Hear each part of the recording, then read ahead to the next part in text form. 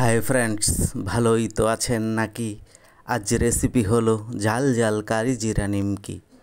প্রথমে নিয়ে নেব 2 কাপ ময়দা, দিয়ে দেব তার সাথে অল্প লবণ ছিটা, বেকিং পাউডার দেব অল্প মিশিয়ে, ঝাল মশলার গুঁড়ো কিছু দেব ছিটিয়ে, কিছু দেব উপকারী কালি জিরা ঢেলে সাদা তেল দিয়ে মাখিয়ে নেই। তাহলে তেলটা ভালো করে মিশাতে হবে, একদম হাতে নিলে মুঠো হবে।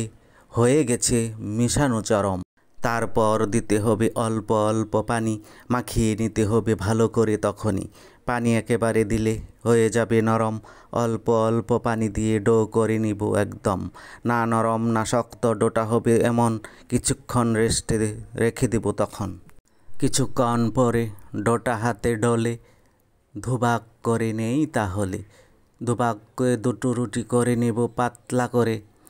রুটি কুটে নেব ফালি ফালি ছোটো করে, আবার ঘুরিয়ে নেব কুটে অ্যাঙ্গেলে। নিমকিটা হয়ে যাবে তাহলে। তারপর সবগুলো আলতো হাতে তুলে ধীরে ধীরে ছেড়ে দেই গরম তেলে।